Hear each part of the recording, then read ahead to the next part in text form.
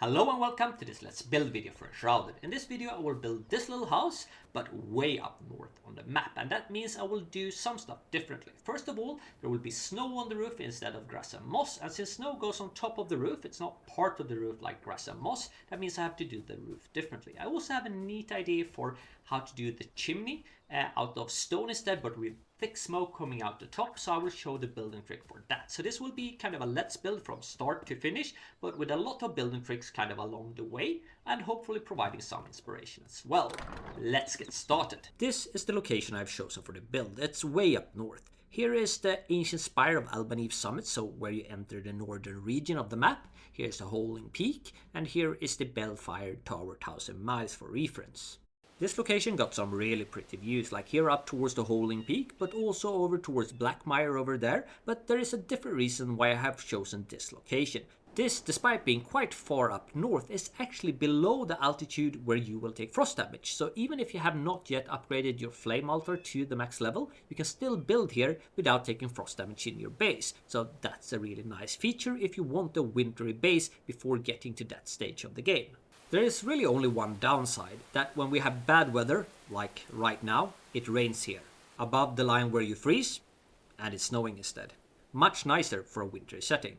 I will start by placing down a quite simple foundation. Let's see, 1, 2, 3, so it's 1, 2, 3, and 4 over here below the snow. Another 2 over here. So this is a very simple foundation, a very simple shape. Let's add some walls here, like this, just all around the place. Here we will deviate a little bit, like this, out here. This platform is a bit above the snow line, and the reason for that is if you're up north in Sweden, you will see a lot of the small cottages up on the mountainside or the hillside that actually stand on poles, on wooden poles. And the reason for that is, of course, that if you're down on the ground with the house, if you expect 1 meter or more of snow in the winter, well, you will have a hard time getting out unless you plan to climb out through the windows. And I guess it's the same if you're up north in the US or in Canada or something like that, right? So that we will actually add to this house, like poles that the house is standing on, but we'll get to that later. For now, I will just put up some temporary points of reference for the build. Let's see, that one looks all right. Let's see if I can myself get up on the roof. It should be possible here, I guess. There we go. Just cover the whole thing. After that, I will make the inner roof kind of overhang the wall a little bit, 2 cubes wide. This is only here for measurement really, so the reason I do it in a different material is, it doesn't really have to be, is to have it easier to spot it and remove it later. But for now, just add this all around the building.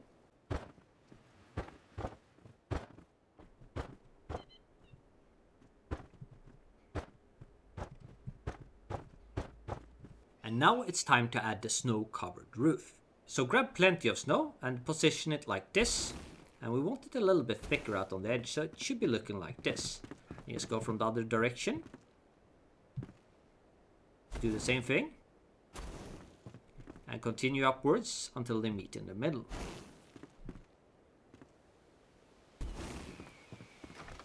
Should be looking like this. And do the same from all directions.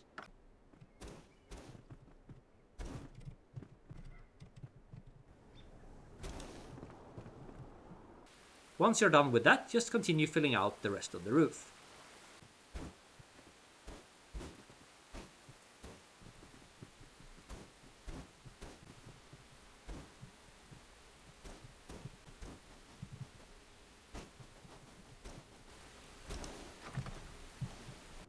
If you walked all across the snow while placing it, it might be hard to spot if you missed some place due to all the footprints. A really fast way to reset the snow is simply return to main menu, and when you log back in again, the snow will have reset. And now it's time to remove most of the snow that we just placed, and an easy way to do that is by placing building blocks and then removing them. And you want to save a little bit of snow here, out on the edge, because that's gonna be the roof. Let's see how far up I can go over here. And one out from where the wall is. So that would be, let's see here. And once we can't use those anymore, you just go over to using these ones.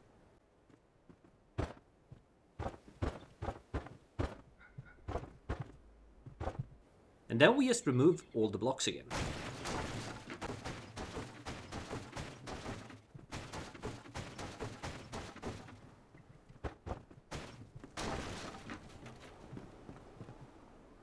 And now we just repeat the process over here and work our way all the way to the other side, as well as removing the last snow over here as well, so we meet down in the middle.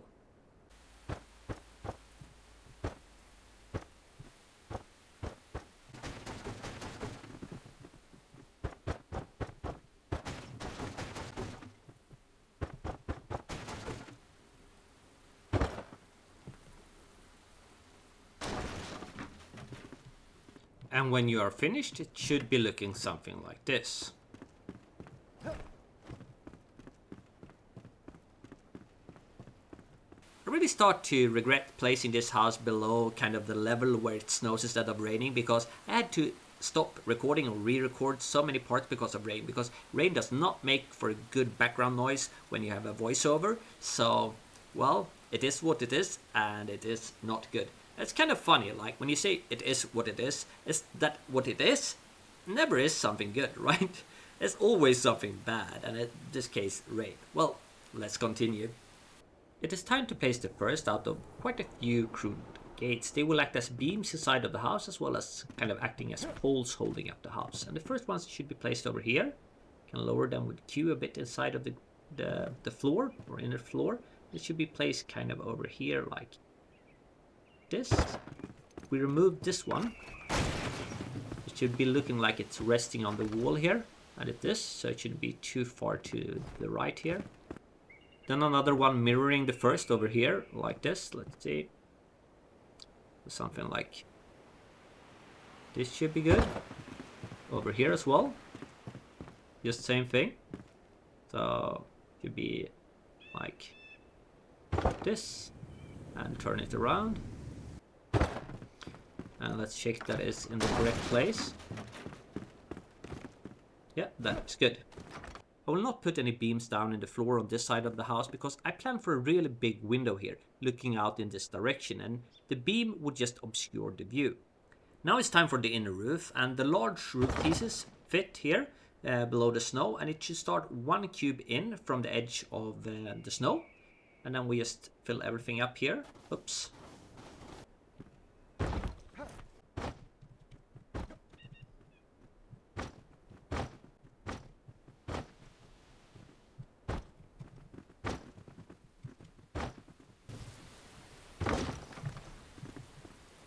And then we got a lot of tidying up here.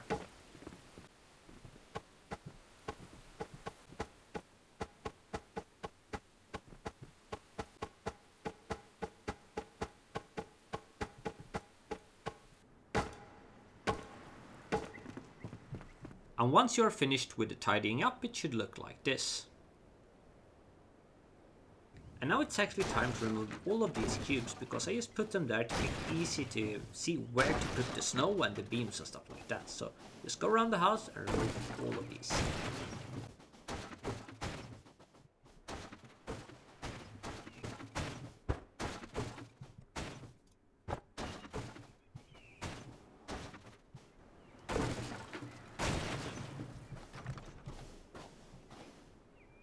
Now time for some more scaffolding cubes. Cubes we will remove later, but it will be a lot easier to place what's coming next if we got them there.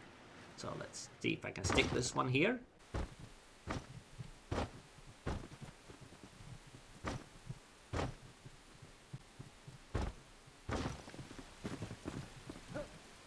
And now it's time for the real magic, the shelves. First align it with the wall, so like this. An easy way to check if it's aligned is actually to push it through. You can see it's not aligned right now. This should be it. Yeah. Then turn it around like this. So it aligns with the roof here. And then we want to position it down here. Let's see, like fighting with me right now, like this. quite close to the roof, but not quite through it. So maybe something like this should be good. And a bit up through the snow, so it looks like the snow is kind of overhanging the board. So I think this is good. Yeah, that looks good. Maybe it should have been a little bit closer to the roof here, so it looks like it's part of it. We'll actually redo this one. That is better. And the next one over here.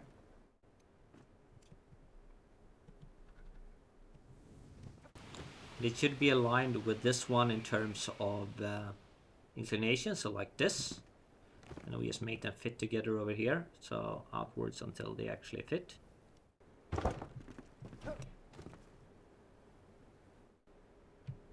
Push it inwards so they kind of stick together.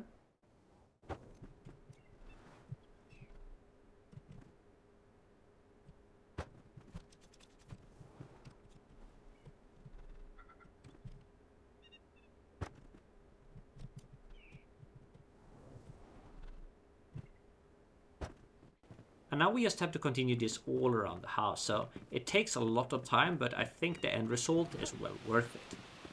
And after spending way too much time placing all those shelves neatly around the house, it is time to remove that roof we just put there to have something to place the shelves on. So let's do that.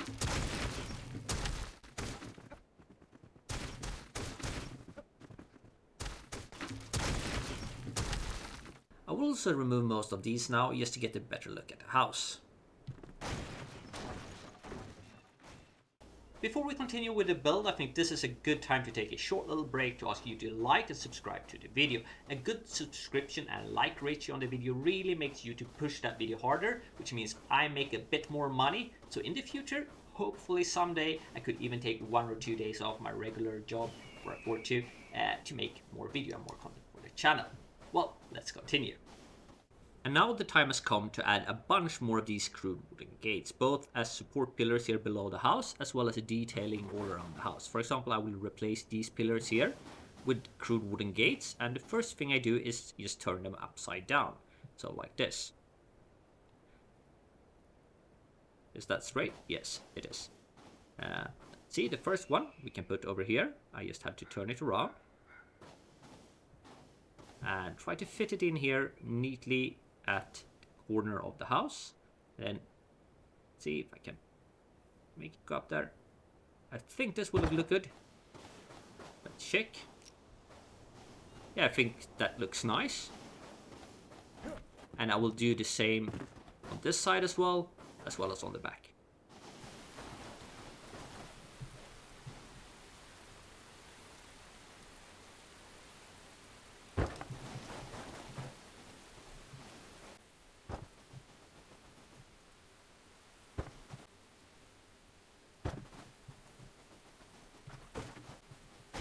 One gate here at the edge, I think this should be alright. Now these are not aligned really, since they start a bit in.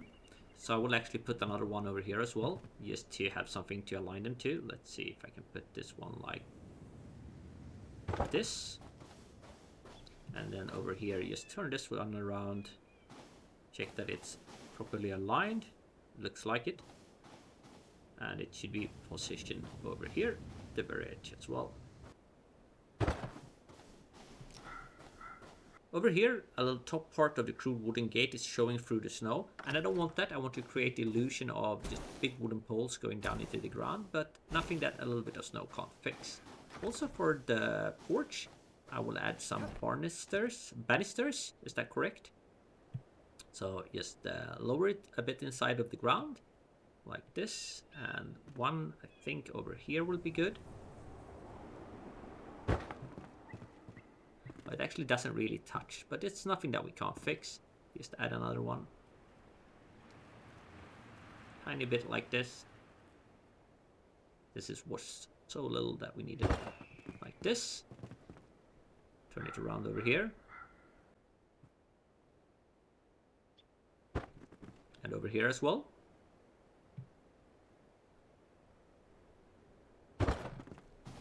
That means our little porch is done, and since the snow is going all the way up here, I don't really have to worry about stairs, but I do have to worry about adding a wall here and a door. Time to add some gables, so let's go like this.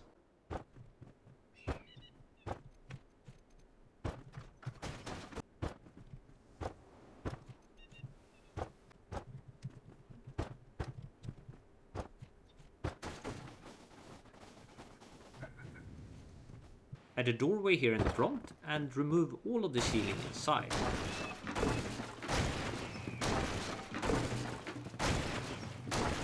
When we remove the ceiling, there will actually be a gap between the roof and the wall, so I have to increase the ceiling height by 1. So let's do that.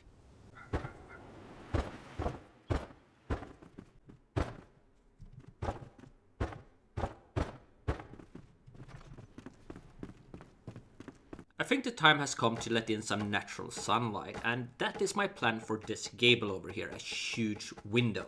A little while ago, I saw a window tutorial for Enshrouded by another YouTuber, gskyuta. I am probably not pronouncing that correctly, but I will leave a link to the original video here in the description below. And there are some other really nice tutorials for Enshrouded on gskyuta's YouTube, so check that out. Anyway, the whole trick is to use the fine wooden handrail as kind of a window frame, and it works extremely well. I will just move this one a little bit upwards. We can actually hide the whole thing here. One up here, the second one up here at the top. And we just rotate it around. Follow this side down here. And then I want to cover the ugly part of this window kind of completely. So something like this I think should be fine.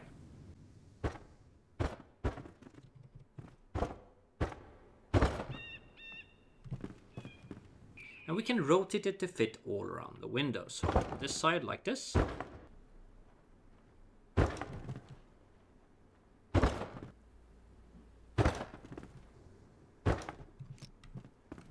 And the really nice thing is that you don't have to repeat this pattern on the outside, because they are thick enough so you will get the exact same pattern on the outside of the wall as you do on the inside. Time to put the window in, and I will use the very simple wooden window frame because it's the only one that doesn't have like a frame of its own, a very thick frame of its own. So I think the other one doesn't really work well to combine it to a huge window like this. And I will start in the top here. Just simply lower it as far down as I can, like this, and then snap other windows on the side here and raise them to the same level.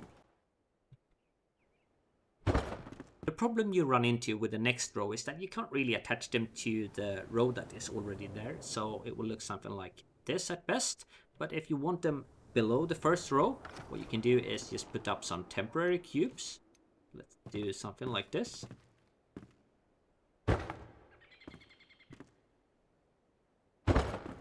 And something to stand on, rather high up I think. And now we should be able to position these ones where we want. And I want them to be part of the middle here, so like this. And then we just can continue doing like this all the way down.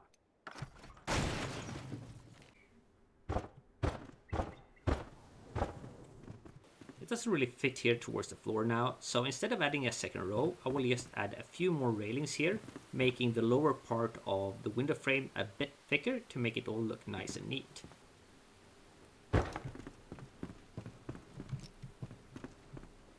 A really nice improvement in Enshrouded I think went mostly unnoticed. Like 1 or 2 patches ago they changed how lightning worked, and now you can actually look out the windows. If you had been playing Enshrouded for like half a year ago, this window, it would just look like a strong white glow from the outside. You couldn't really see out from it, but right now you can see out pretty well. Now it is time to make a fireplace, and that chimney that I hinted about in the beginning of the video with thick smoke coming out the top. And the idea is pretty simple. We got several items in Enshrouded that gives off smoke. The ones that gives off the most smoke is the tall stone brazier. I'll place this one here. And the Albaneve Summits brazier. Of course, the stone brazier being a lot cheaper. But if you want the smoke to be thicker than that, there's actually a little trick you can use. So we'll raise this one up a little bit. Then we just double down and place several of these ones inside of each other.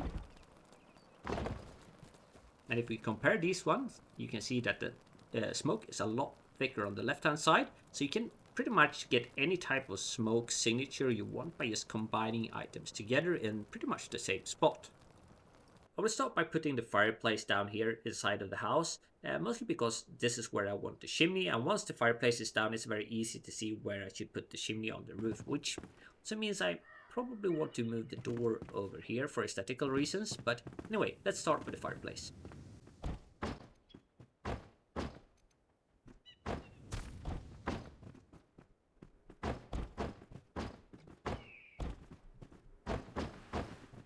We need some fire inside of the fireplace, and an easy way to do that is just to bury something that gives off fire, like in this case a silver brazier, but you can bury small torches, something like that.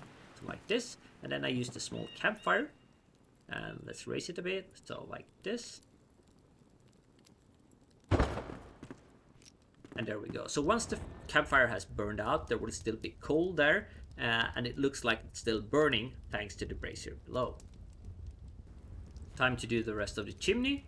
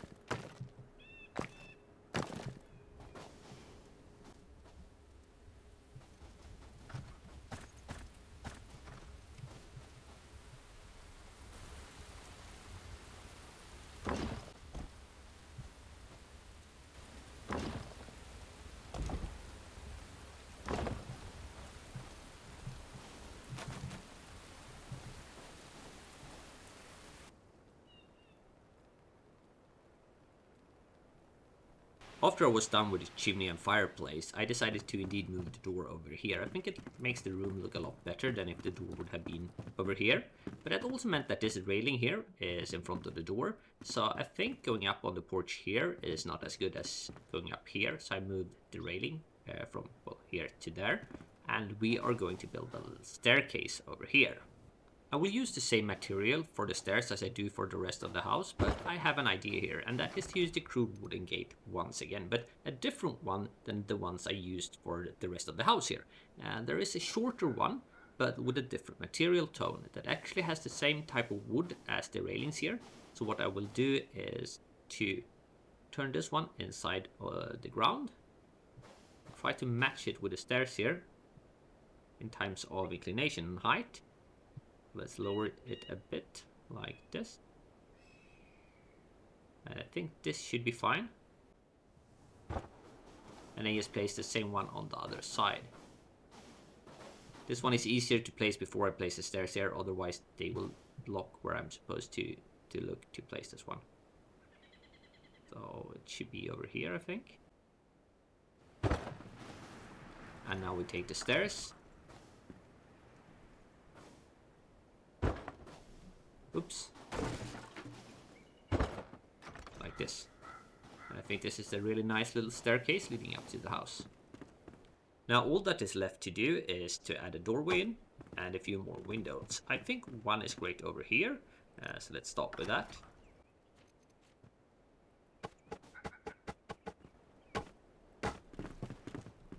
I also think I want a window here in the corner, so let's do that.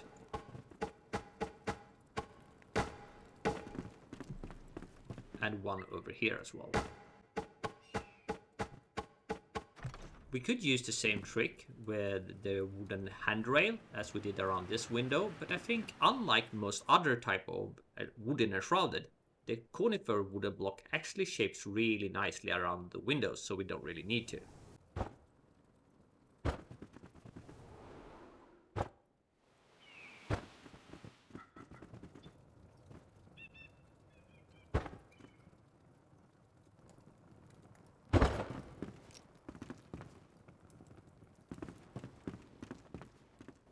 Now we have this nice little winter home, and all that is left to do on this build really is some interior and well, some exterior decoration. I want some stuff on the porch here, but mostly inside this big beautiful area here with the huge window here looking out over the map.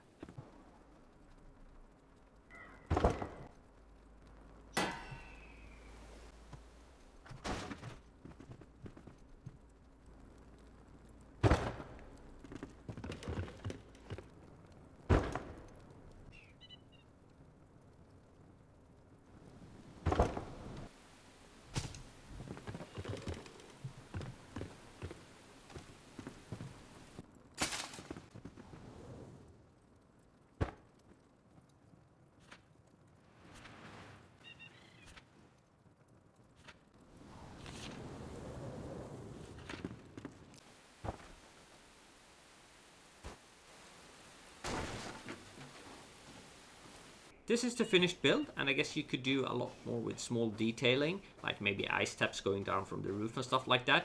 But the aim of this guide was just showing off different techniques for building exteriors mostly, so I haven't really bothered with a lot of smaller detailing. Anyway, let's head inside. Inside as well, it's somewhat modestly decorated, mostly just to give an idea of what you can do with the space. Like a small bedroom over here, the lamps hanging down from the timber up in the roof here, and a small storage area up here.